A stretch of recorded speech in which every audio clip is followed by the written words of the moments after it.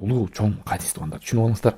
Ихлассыз амал кабыл болбогондой эле сүннөткө пайгамбар саллаллаху алейхи вассаламга амалдын сырткы көрүнүшү шайкеш дал келмейинче кабыл болбойт. Канчалык жакшы ниетте кылсаңыз да, бирөөнү ээрчисеңиз да, ал өзү жооп берет, менин ишим жок, кыла берем деген болбойт. Такташ керек, сураш керек. Алдан болбосо башкадан сураңыз. Ушунча зикир айт деген барбы? Ушундай сөз келгенби? Ушул учурда айтыш керекпи? Сөздө болобу, амалда болобу? Даиф хадистер, диндеги жок нерселер бүгүнкү күндө сот тармактарда таркалып атат. Диндеги жок. Түшүнүп алыңыздар, жана кээ бир айтып атпайбы? Далил бар, пайгамбар саллаллаху алейхи вассалам айткан: "Ман санна сунатан хасана фаамила биха".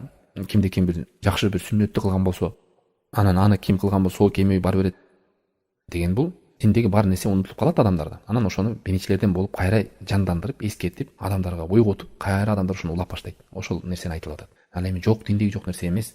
Бул хадистин окуясы ошо Мудар деген уруулары ачкачылыктан бир аз кыйынчылык болуп пайгамбар саллаллаху алейхи вассаламга келип айтат. Анан пайгамбар саллаллаху алейхи вассалам намаз бүткөндөн кийин адамдарды баян кылып, насаат кылып, ыймандарын ойготуп чакырат. Анан адамдар ошол жерден бири тамагын алып келип баштайт, бири кийимин, бири акчасын алып келип үйүлүп калат. Анан ошондо ошол хадисти айткан. Ким бирөөнү көрүп ээрчитип баштайт да, бирөө шакегин коет, бирөө дагы бир акчасын көрүп, анан аны көрүп башкалар дагы жакшылык иште мен да жарышайын деп умтулат. Садака бар да, динде бар. Эми диндеги жок нерсени кыла турган болсо, сооп таппайт, күнөө табат. Аллахтын ырайымынан айдалат. Анан да эң жаман жери, ошону ким кылса артынан сооп эмес, күнөө, ошол адамга күнөө барып баштайт. Бирдеке десең эле, эми бул неси бар, жакшы ойдо кылып атам да, жүрөгүм таза, оюм таза деген нерсенин баардыгы актабайт. Түшүнүп алсаңыздар эле болду.